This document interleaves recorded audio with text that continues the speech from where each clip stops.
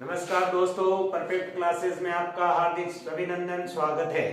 आज मैं आपको कक्षा 9वीं का अध्याय 1 का संख्या पद्धति चैप्टर को समझाता हूं, इंग्लिश में जिसको नंबर सिस्टम कहते हैं। अब इसमें संख्या पद्धति क्या होती है? संख्या पद्धति होती है जैसे हम संख्याएं लिखते हैं, गिनती वगैरह सब काउंटिंग, ये सारी संख्या पद्धति कहलाती है। ये कितनी प्रकार की होती है, कितने टाइप की होती है, इन सब को हम संख्या पद्धति कहते हैं।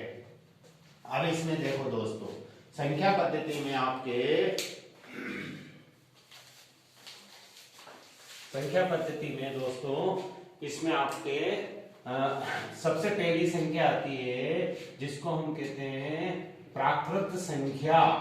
क्या कहते हैं? प्राकृत संख्या।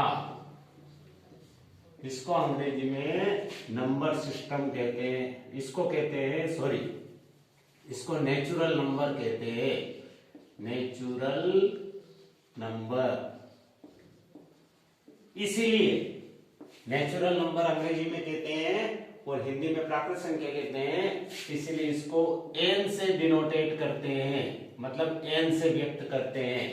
तो इसका n इक्वल टू ये होती है प्राकृत संख्याएं, आपके गिनती होती है 1 2 3 4 5 एंड सो ऑन। ये सारी गिनती प्राकृत संख्या होती है। इसके अलावा दोस्तों दूसरी नंबर पे होती है, पहले नंबर पे क्या होती है? प्राकृत संख्या होती है, अंग्रेजी में नेचुरल नंबर कहते हैं, n से व्यक्त करते हैं और ये गिनती होती है 1 2 3 4 5 6, यानी 1 2 3 4 5 6। ये सारे नंबर इंफिनिटी तक, अनंत तक, ये सारे आपके नेचुरल नंबर यानी प्राकृत संख्या कहलाते हैं। दूसरी संख्या होती है पूर्ण संख्या। पूर्ण संख्या, पूर्ण संख्या को कहते हैं हम होल नंबर। क्या कहते हैं? हम इंग्लिश में whole number, WHOLE, whole number. तो W से इसको हम W से व्यक्त करते हैं। अब होल नंबर, पूर्ण संख्या, प्राकृत संख्या में क्या अंतर होता है कि इसमें गिनती 1 से शुरू होती है, इसमें गिनती 0 से शुरू होती है। यानी 0 1 2 3 4 5 dot dot dot dot dot, ये सारी संख्याएं होल नंबर या पूर्ण संख्याएं होती है। इनमें अंतर केवल इतना होता है, इसमें 0 होता है, इसमें 0 नहीं होता है। इसलिए इसको हम इस तरह से लिख सकते हैं, W बराबर 0 प्लस n। 0 का मतलब क्या हुआ? अगर n में 0 मिला दे तो ये आपकी पूर्ण संख्या बन जाती है। ठीक है दोस्तों, तो ये दोनों भी आई समझ में, ये पूर्ण संख्या है। पूर्ण संख्या के बाद तीसरे नंबर पे आती है प्राकृत संख्या। तीसरे नंबर पे आती है पूर्णांक संख्या। पूर्णांक संख्या, पूर्णांक संख्या को अंग्रेजी में बोलते हैं इंटीजर।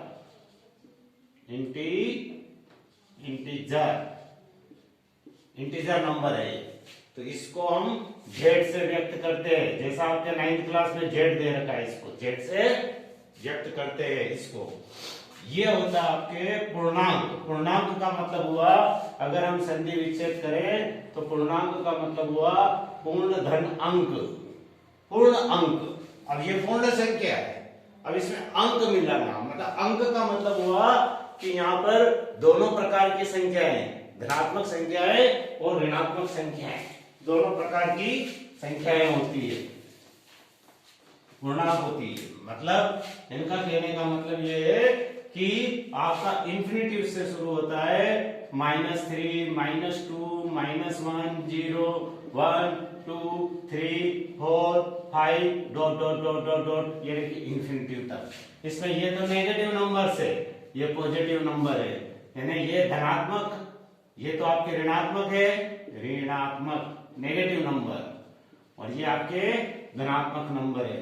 तो कुल मिला के इसमें सारे शामिल होते हैं। यानी अगर जेड में देखा जाए तो जेड में W भी होता है, M भी होता है।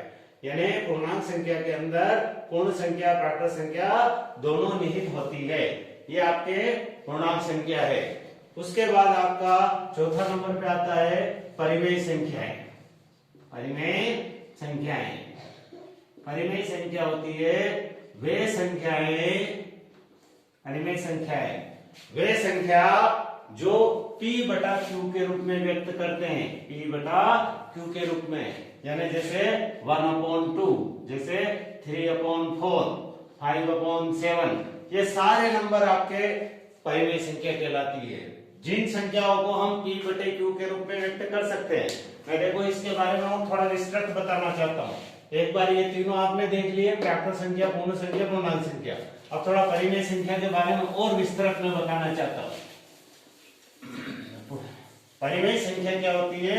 वे संख्याएं जिन्हें p बटा q के रूप में व्यक्त कर सकते हैं, वो परिमेय संख्या कहलाती है।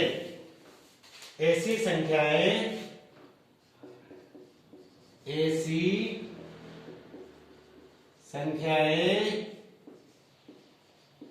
जिन्हें p बटा q के रूप में व्यक्त किया जा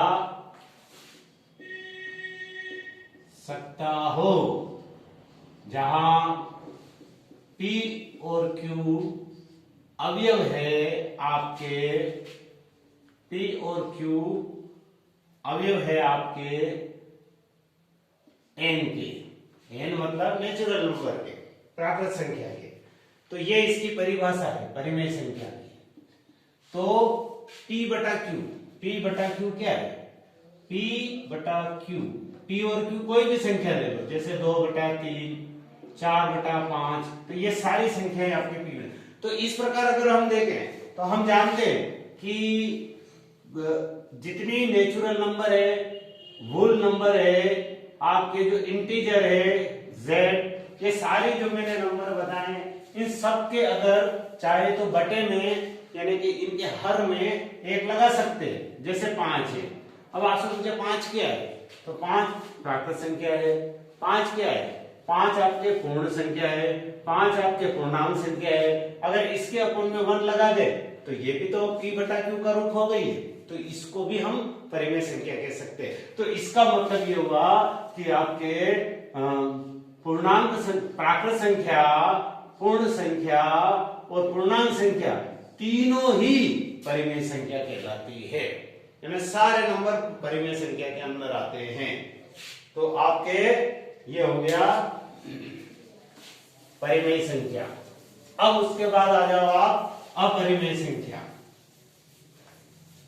परिमेय संख्या और अपरिमेय संख्या।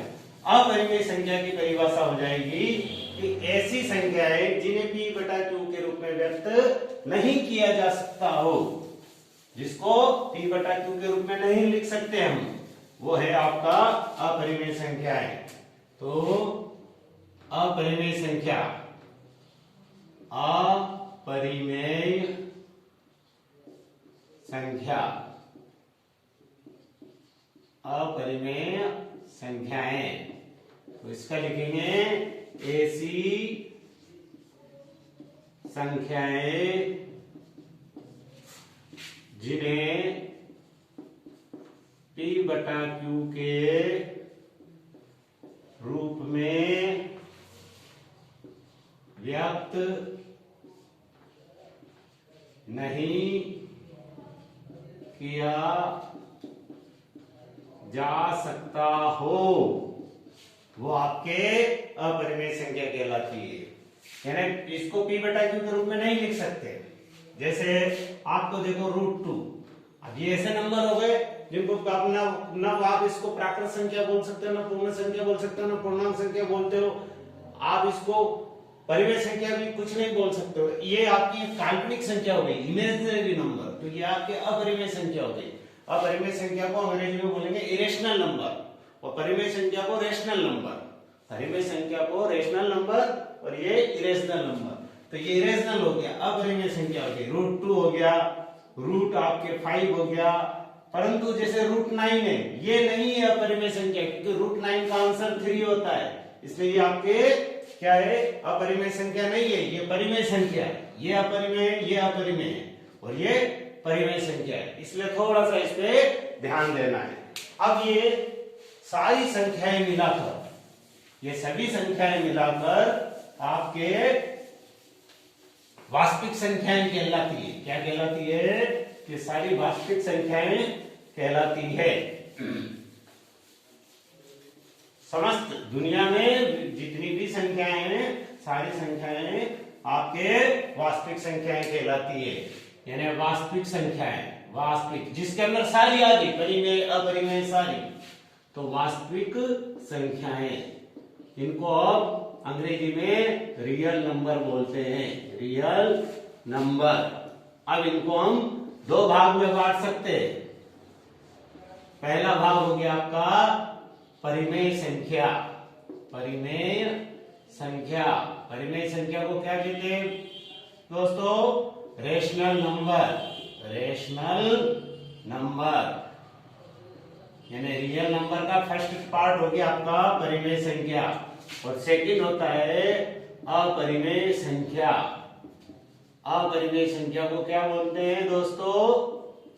Irrational number, irrational number. ठीक। फिर परिमेय संख्या आपके वापिस तीन प्रकार से होती है। तीन होती परिमेय संख्या। ये प्रकार से नहीं बोल सकते हम, इसके अंदर संहित बोल सकते हैं। वास्तविक संख्या में दो संख्या निहित होती है, परिमेय अपरिमेय संख्या। अपरिमेय संख्या में कोई संख्या निहित नहीं होती है। परिमेय संख्या में फिर तीन प्रकार की होती है। कौन कौन सी? एक तो होती है प्राकृत संख्या, एक होती है आपके पूर्ण संख्या, और एक होती है आपके पूर्णांक संख्या। अंग्रेजी में बोले तो इसको बोलेंगे नेचुरल नंबर, इसको होल नंबर, इसको इंटीजर। तो दोस्तों ये आपकी पूरी संख्याएं हो गई नंबर सिस्टम। अब हम एक्सरसाइज 1.3 करेंगे।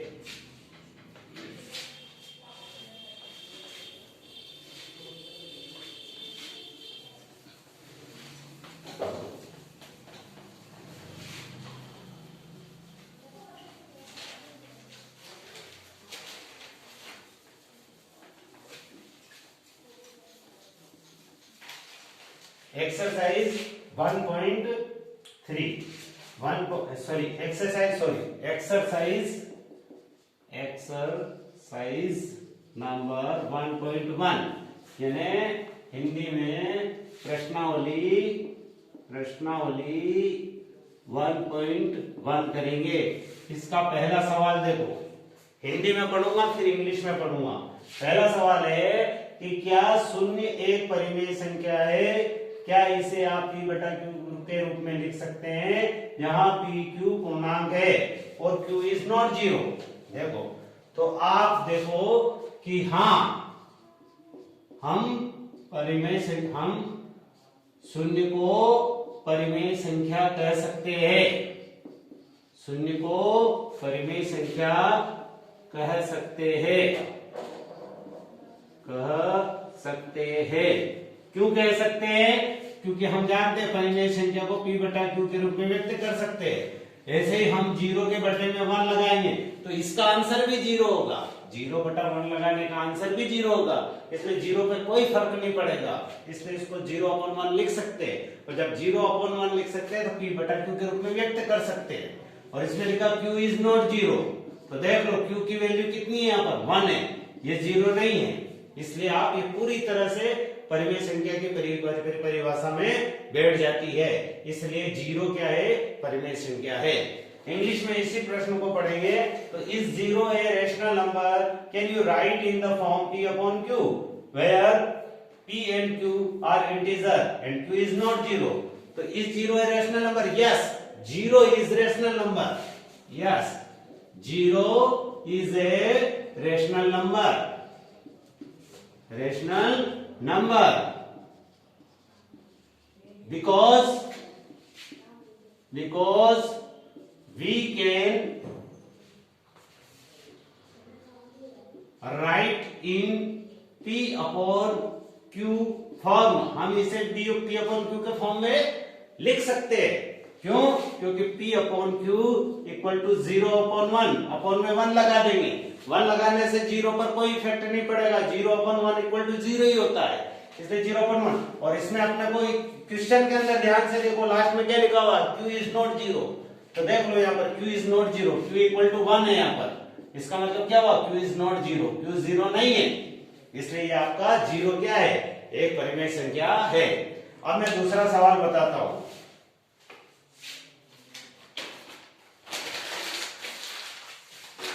Question number 2।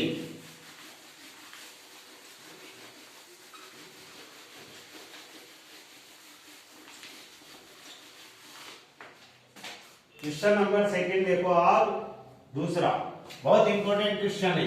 दूसरा सवाल है, 3 और 4 के बीच में 6 परिमेय संख्याएं ज्ञात कीजिए। 3 और 4 के बीच में, 3 व 4 के बीच में 6 परिमेय संख्या ज्ञात कीजिए।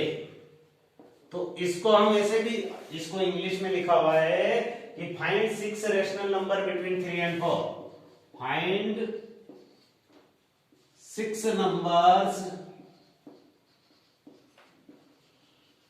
बिटवीन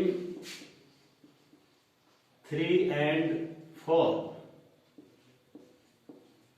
इसके अपने पास 2 मेथड है। एक मेथड मैं बताता हूं जो तुमने 8th क्लास में किया था, ओल्ड मेथड, और एक मैं 9th क्लास का बताता हूं, नया मेथड।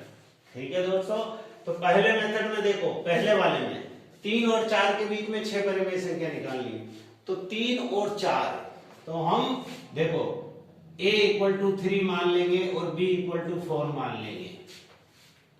फिर हमारे पास रहेगी एक न्यू नंबर, और न्यू नंबर आ जाएगा n equal to a plus b upon 2। इसको m लिखा हुआ है तुम्हारे 8th क्लास में, m इक्वल टू, तो a की वैल्यू कितनी है 3, b की वैल्यू 4 अपॉन 2, तो ये हो गई 7 अपॉन 2। तो एक नंबर तो हो गया आपका 7 अपॉन 2। फिर हम वापस a इक्वल टू तो 3 रहने दो, और b इक्वल टू हम 7 अपॉन 2 को मान लेंगे। तो m इक्वल टू हो जाएगा 3 प्लस 7 अपॉन 2 अपॉन में 1 अपॉन 2, तो ये हो जाएगा 2 1 जा 2 और 2 3 जा 6 प्लस 7 1 जा 7 अपॉन 2, तो ये हो जाएगा आपके 6 और 7 कितना हो जाएगा 13 अपॉन 2, और नीचे इंटू 2, तो ये हो जाएगा 13 अपॉन 4। तो इस तरह से हम इसके 6 नंबर निकाल सकते हैं। पर ये दोस्तों ज्यादा तरीका बहुत बड़ा है, एक बार और मैं समझा दूं हिंदी मीडियम में जिनको, a की वैल्यू 3 मान लेंगे, b की वैल्यू 4 मान लेंगे, 3 और 4 को हम जोड़ के 2 का भाग लगाएंगे तो वो आपकी नई संख्या 7/2 आ जाएगी।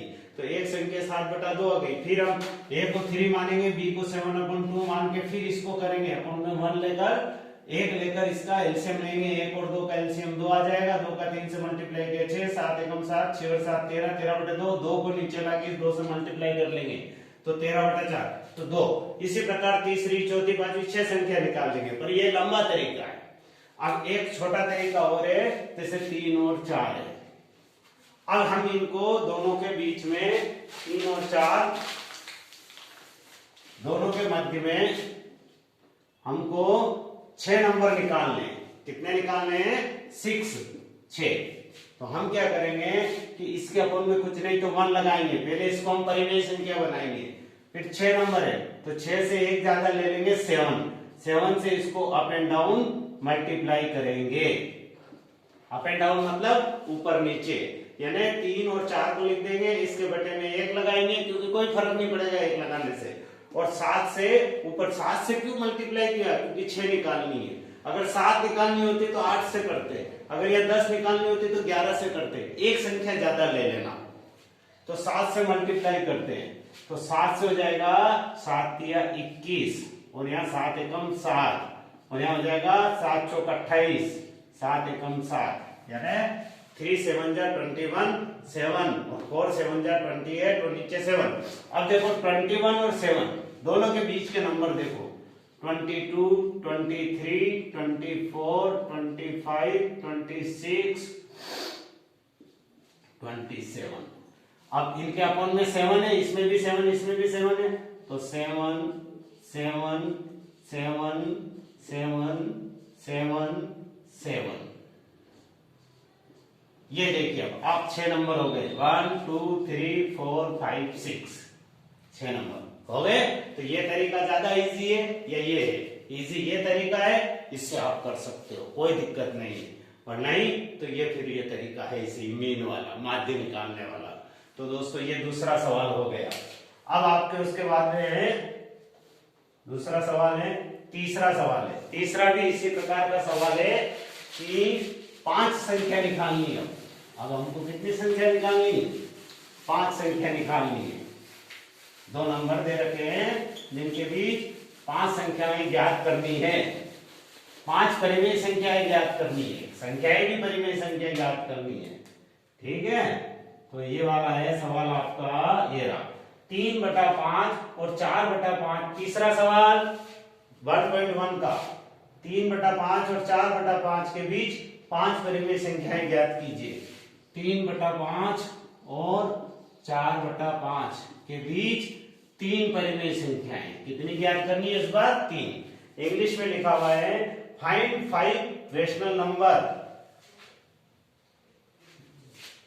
सॉरी 5 लिखो, 5 निकालनी है, 5 परिमेय संख्या, 5 परिमेय संख्या यानी 5 rational number between 3 and 5 and 4 and 5। तो हम क्या करेंगे, 3 and 5 लिख देंगे और 4 and 5 लिख देंगे। अब हमको निकालनी कितनी? 5 है, तो 5 से एक ज्यादा ले लेंगे, 6। तो 6 से अप एंड डाउन मल्टीप्लाई कर लेंगे। ठीक है, 3/5 लिखेंगे, 4/5 लिखेंगे, 5 निकालनी है, एक संख्या ज्यादा लेंगे, 6 ले लेंगे, 6 से ऊपर नीचे गुणा करेंगे, 6 तिया 18, 6 पंजे 30, 6 चौक 24, 6 पंजे 30। अब आपके देखो इनके बीच में नंबर आ रहे हैं 18 से 24 के बीच में।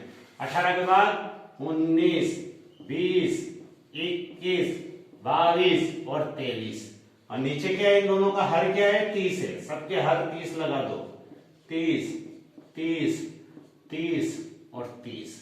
तो ये आपकी 5 नंबर आ गए, ये आपके आंसर आ गए 5। तो दोस्तों कैसा लगा? बढ़िया लगा, अच्छा लगा। अब इसके बाद एक लास्ट सवाल यस और नो वाले हैं, ट्रू एंड फॉल्स वाले, उनको आप देखिए, केवल समझना उनको। पहला क्वेश्चन आपका है, इसमें कहां गए, ये देखो नीचे दिए गए कथन सत्य। चौथा सवाल है 1.1 का चौथा सवाल। नीचे दिए कथन सत्य या असत्य है, कारण सहित अपने उत्तर दीजिए। प्रत्येक प्राकृत संख्या एक पूर्ण संख्या होती है। प्रत्येक प्राकृत संख्या पूर्ण संख्या होती है, हाँ सत्य है। हाँ, पहला हाँ सत्य है। अंग्रेजी में भी यही पूछा है कि every natural number is a whole number. Yes, yes. अब क्यों होती है? हाँ, क्योंकि हम जानते हैं कि प्राकृत संख्या पूर्ण संख्या होती है। तो प्राकृत संख्या n पूर्ण संख्या होती है, यस, पूर्ण संख्या से छोटी होती है। यानी प्राकृत संख्या आपके n पूर्ण संख्या के अंदर होती है। ये इसका मतलब होता है मैथमेटिक्स में अवयव है, अंग्रेजी में मेंबर है, is the member. n is member of whole number, यानी नेचुरल नंबर होल नंबर का मेंबर है, यानी नेचुरल नंबर होल नंबर के अंदर है। यानी नेचुरल नंबर हम जानते हैं कितना है, नेचुरल नंबर आपको पता है, नेचुरल नंबर मतलब प्राकृत संख्या। प्राकृत संख्या कितनी है? 1 2 3 4 एंड सो ऑन। और पूर्ण संख्या W होल नंबर वो कितनी है? 0 1 2 3 4 5 ये है।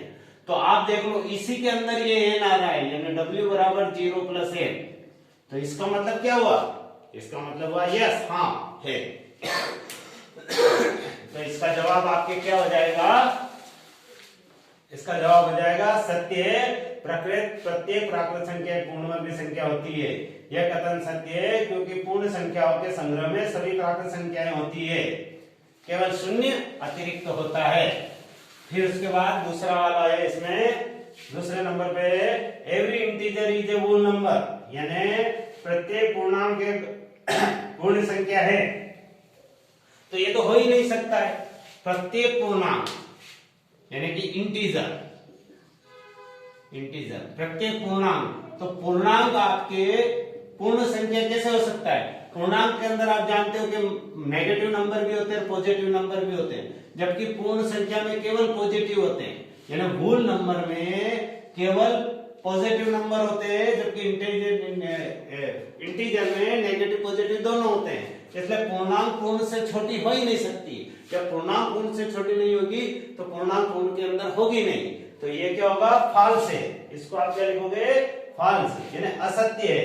दिया गया कथन प्रत्येक पूर्णांक संख्या पूर्ण संख्या होती है, यह सत्य नहीं है।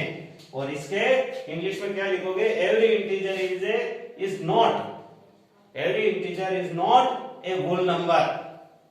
तो तीसरा वाला, अब तीसरा वाला है चौथे का तीसरा क्वेश्चन है, प्रत्येक परिमेय संख्या एक पूर्ण संख्या होती है। प्रत्येक परिमेय संख्या एक पूर्ण संख्या होती है, इसके बारे में। तो ये भी असत्य है, ये भी असत्य है। मतलब every rational number is a whole number, तो नो, ये भी फॉल्स है। क्यों? क्योंकि प्रत्येक परिमेय संख्या, अब पूर्ण संख्या में आप मान लो -5/1 ये परिमेय नंबर है, परंतु माइनस आ गया तो ये पूर्ण संख्या नहीं है। पूर्ण संख्या केवल धनात्मक होती है, ये पूर्णांक हो गई है, तो पूर्णांक पूर्ण नहीं हो सकती है। इसलिए प्रत्येक परिमेय संख्या पूर्ण हो ही नहीं सकती है। इसलिए परिमेय संख्या पूर्ण संख्या नहीं होती है। हाँ, इसके अंदर आप पूर्णांक अगर होती है तो पूर्णांक संख्या हो सकती है, पर पूर्ण नहीं हो सकती है। तो ये दोस्तों आपका एक्सरसाइज 1.1 हुआ। कैसा लगा?